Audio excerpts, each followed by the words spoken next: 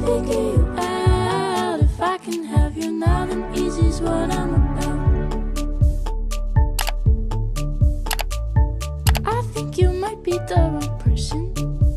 Assalamualaikum warahmatullahi wabarakatuh. Perkenalkan, nama saya Naila Nahdia dengan NIM B03219038 dari jurusan Bimbingan Konseling Islam UIN Sunan Ampel Surabaya semester 3. Di sini saya akan melakukan video konseling menggunakan pendekatan behavior dengan teknik assertive training. Selamat menyaksikan. Sebelum kita melihat video konseling, ada baiknya kita mengerti apa itu teknik assertive training.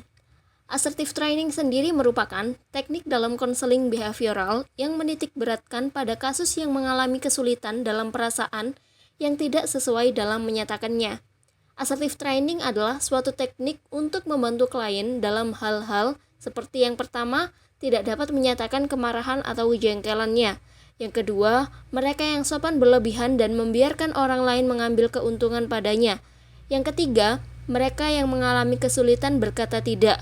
Yang keempat, mereka yang sukar menyatakan cinta dan respon positif lainnya. Dan yang terakhir adalah mereka yang merasakan tidak punya hak untuk menyatakan pendapat dan pikirannya. Setelah mengetahui pengertian dari assertive training, langsung kita tonton videonya yuk!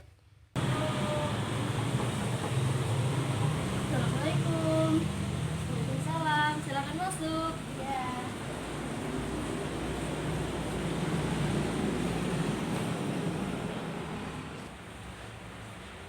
Oke, bagaimana kabarnya? Ya, alhamdulillah baik. Oke, sebelumnya boleh diperkenalkan dulu namanya. Ya, nama saya Sifania Aida Safitri, biasa dipanggil Sifa. Saya dari kelas 3 SMP. Oke, baik Mbak Syifa. Saya akan memperkenalkan diri saya.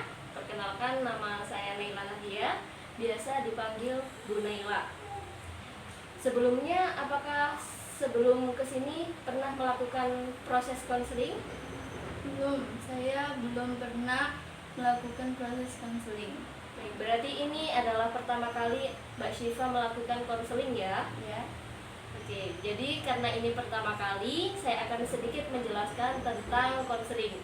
Jadi di sini peran saya adalah sebagai konselor dan peran Mbak Syifa adalah sebagai konseli.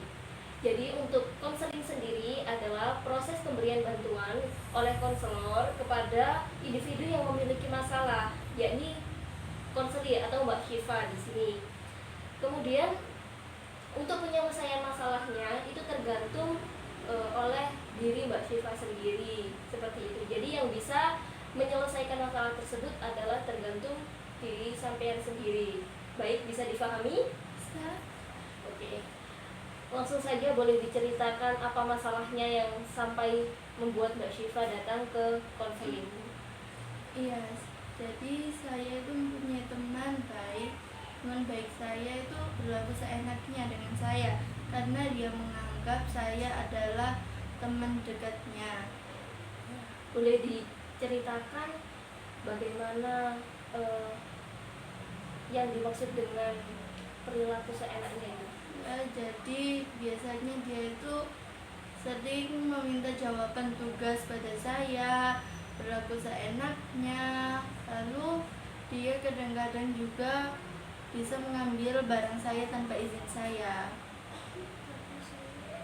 Tapi saya tidak berani menegur dia karena nanti dia bisa marah atau menjauhi saya.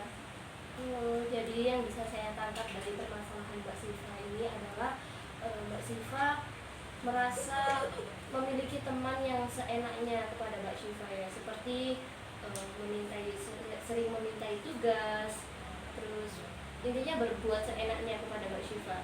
Apakah benar seperti itu? Iya, benar. Oke.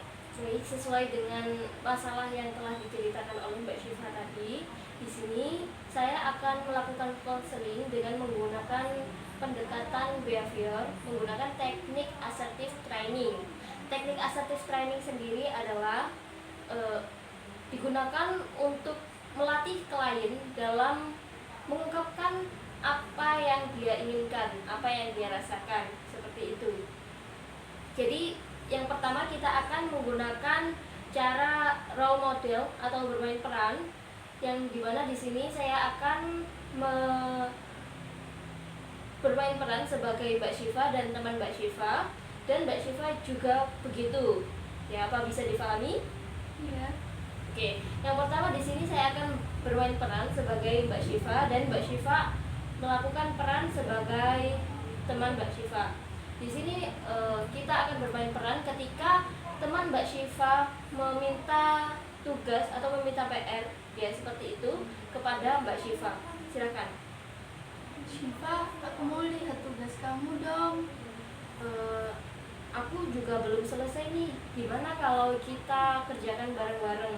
Karena kalau misalkan tugas dikerjakan bareng-bareng, insya Allah bakalan cepat selesai dan akan lebih mudah. Ya, seperti itu ya.